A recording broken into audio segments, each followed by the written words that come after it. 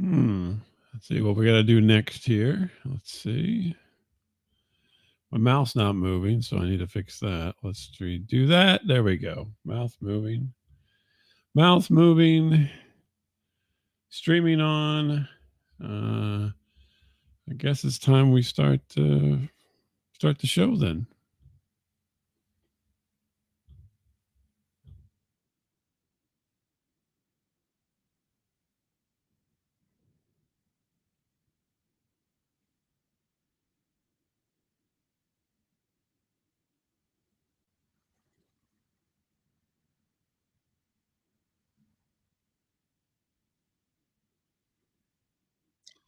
Hey everybody, welcome to Stag Show. This is Bob,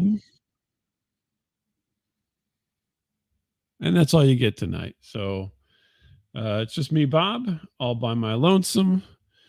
Miles is not here tonight.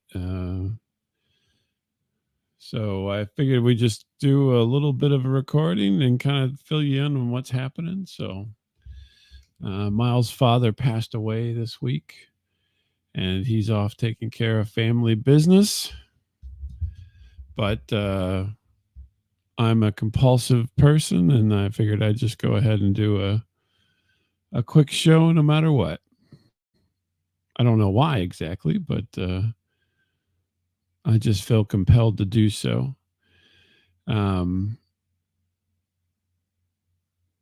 I thought I'd talk a little bit about Miles' dad. So he uh, he was really a pretty big part of some things we talked about even recently. So I just look back at shows, and there's one from April 2022, 2 years ago, called Dad's Day Out, and Miles and his brother took their father out for the day, which was humorous. So you can look that one up on the show here, called Dad's Day Out. And then there's even one from September of 2022 called Monty Miles, about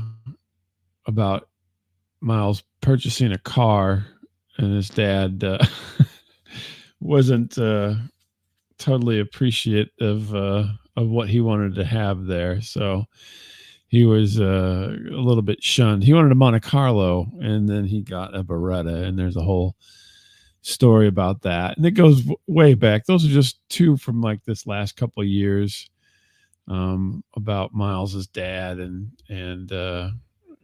we he was a fixture in stories because Miles's pop was really quite a funny guy. He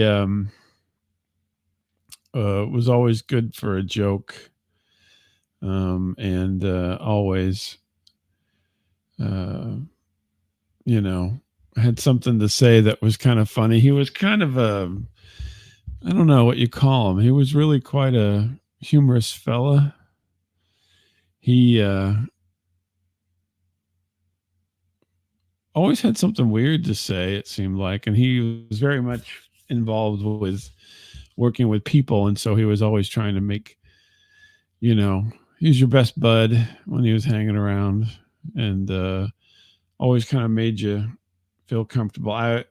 My story for Miles' dad is always that I met when I first met him. So Miles and I met in college a number of years ago, and I went up there to where Miles lived. We didn't live near each other at all growing up. So he's from the suburbs of Chicago, and I'm from the middle of the state of Illinois in Decatur.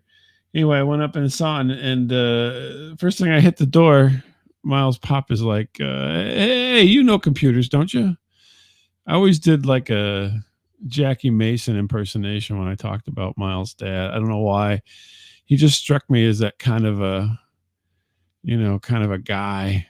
Jackie Mason, if you remember him, he's an old comedian. Computers. And then he drugged me into his office at his house, and wanted me to fix his computer. So that was my Now I had met him, I think, before that at college, but I don't remember that interaction being half as interesting.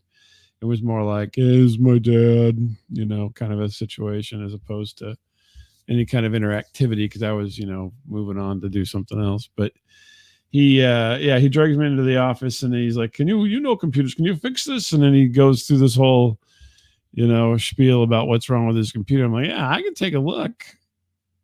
So I did, and I think I fixed the problem pretty quickly. It wasn't anything that was overly difficult that I recall. And then, of course, I was the guy who fixes computers from that point on.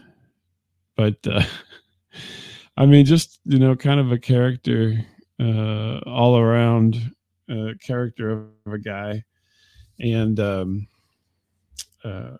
he'll be missed. I'm sure. I know Miles is going to miss him, and a lot of his personality, Miles' personality, comes from his dad.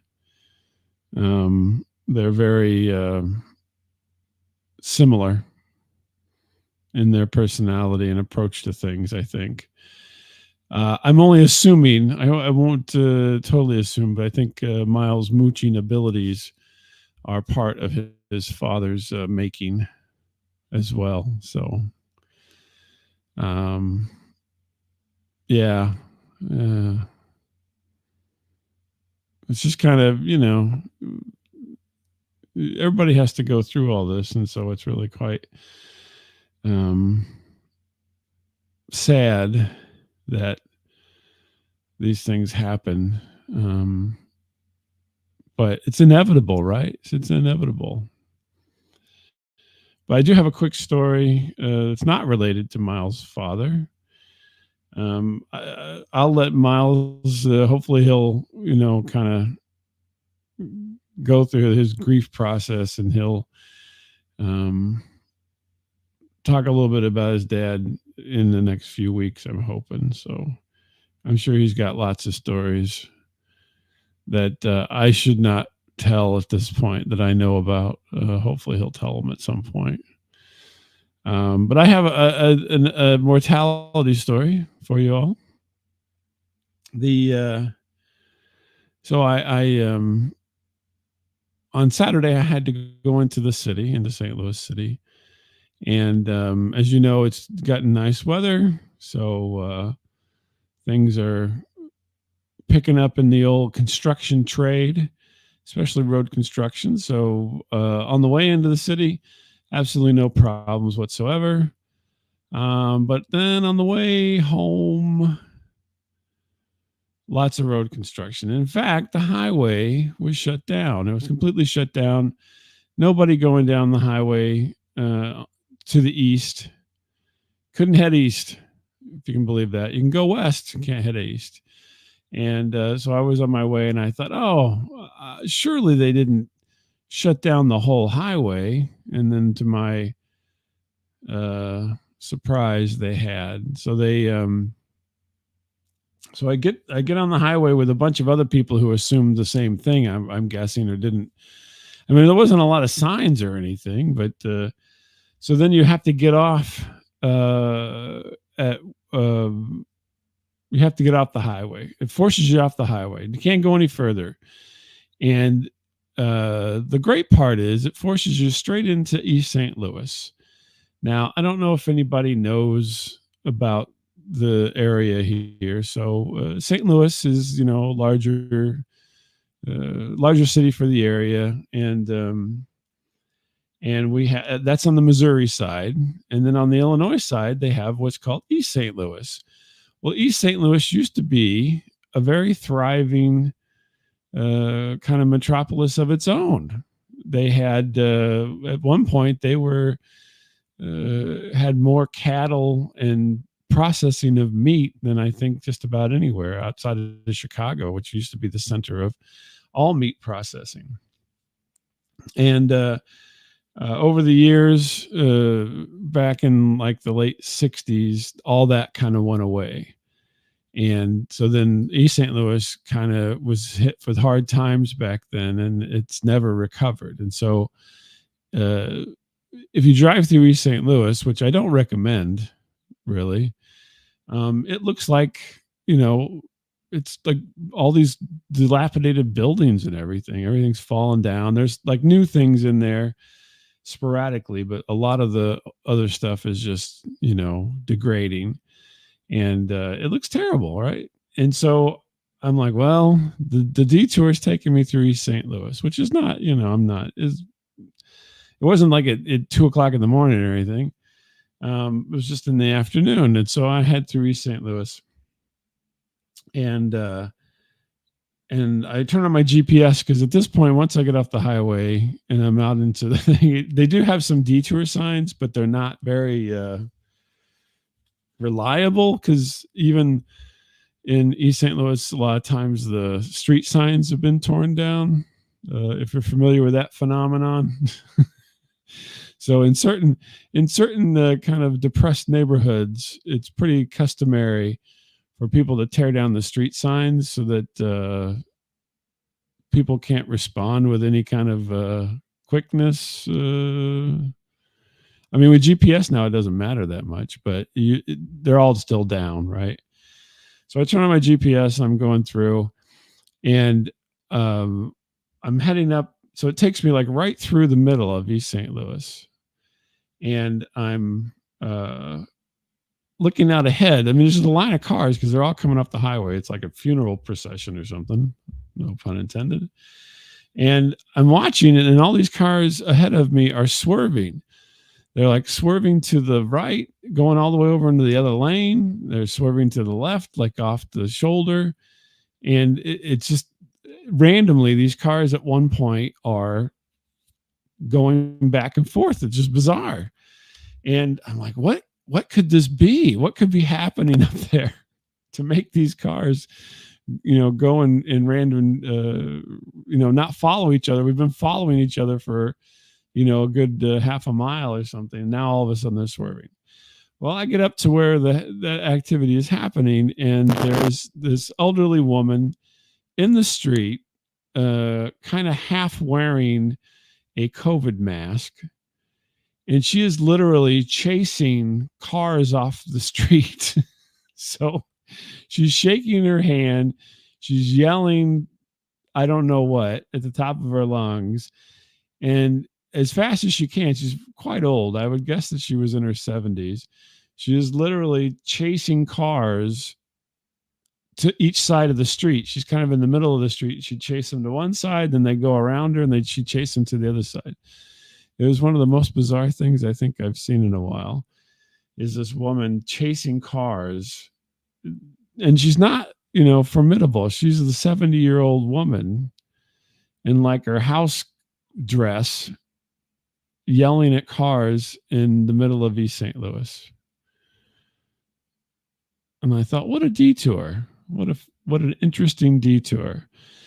Thankfully, nobody hit her. She didn't get hurt. But she was doing this. I mean, I passed her. Thankfully, she was chasing another car, and I passed on the other side. And then she started going back the other way for the car behind me.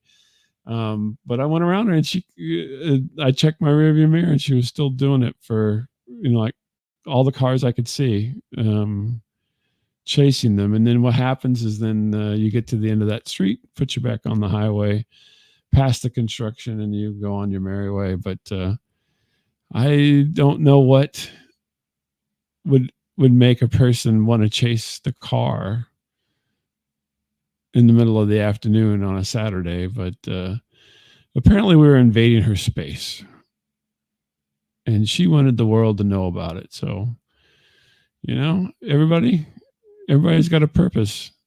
Don't give up on your purpose, right? Even if it's just to chase cars out of the street, you can get it done. I have faith in you. So hopefully Miles will be back next week. We'll get a full show.